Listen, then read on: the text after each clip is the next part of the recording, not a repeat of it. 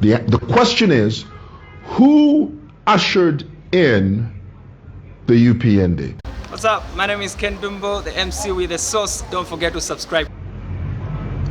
Somebody has ignited a conversation that we've needed to have for a while, and that is, who was responsible for ushering the UPND into office? Now, for those of you that don't know what I'm talking about, let me give you some backstory. The previous regime, which was the Patriotic Front under Mr. Edgar Lungu, they were in office for 7 years. Okay, now, after the 7 years that they served, in 2021, August to be specific, the Zambian people voted in a brand new administration, the HH administration. Now, this was not the first time that HH had attempted to be president of Zambia. He had attempted multiple times. And this is something that they would constantly make fun of him about. They'd always say, no, he always runs, he never wins, and things like that. But once he won, the moment the UPND administration, under the tutelage and the leadership of Hakainde Hichilema, there were many people that began to take credit for it. There were many people that began to say, well, he won because of me, or because of him, or because of that group over there, because of so-and-so over there. And you heard this bleating of the sheep. The Old Testament calls it the bleating of the sheep, bleating. The whispers, the Chinese whispers, the murmurings of the people saying, no. And one Nigerian false guy, who's hardly known in Nigeria, okay, he stood up here and he took the credit. He called himself, he said, I'm the reason I've ushered in the UPND. Complete lies. Understand this, there were several people, both on an individual level and a corporate level, that had a tiny, small part to play. There were people that were part of the jigsaw puzzle of the entire collective. There were people that became the sum total of the whole. People that did their best to contribute significantly, not only financially, not only morally, not only supportively, but in every other illy that you can think of. There are people like that, both on an individual level and a corporate level and a collective level. But I must tell you that the people that gave themselves the credit, people that stood on the highest mountaintop and claimed that they alone ushered the UPND into office, are just they're sounding gongs and cymbals, the Word of God calls them. Just people that make noise, like that Nigerian false prophet. The reason we don't pay any homage to people like him is because if you pay homage to people like him, they will think that because they think they ushered in the administration and they convince you of that lie, they can equally turn around and say, because I'm the one who brought them, I can also remove them, which is also a lie. That is a complete lie. No one individual is responsible for the success and the win of the UPND in 2021. However, I must tell you, and this is the answer. The question is, who ushered in the UPND? The answer is in two parts. The first part, the Zambian people, the Zambian electorate, the Zambian citizen, you and I, that stood in line and said, no, we're going to go a different direction. The Zambian people ushered in. It is the people, we the people, ushered in the new administration. But beyond that, we cannot ignore the tenacity, the resilience, the fortitude of one Hakainde Hichilema.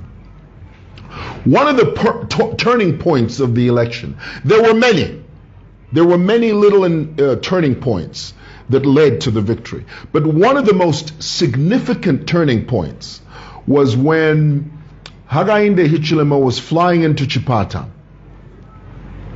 and he was barred from entering in, and he uttered the words, "Do I need a passport to enter Chipata?" One of the things that was very evident during that confrontation, during that encounter between Hakainde and the police at that time, was his demeanor, his collectiveness. He was cool as a cucumber. He didn't showboat. He didn't scream. He didn't yell. You know, some of us, if we were in that situation, my goodness. Oh,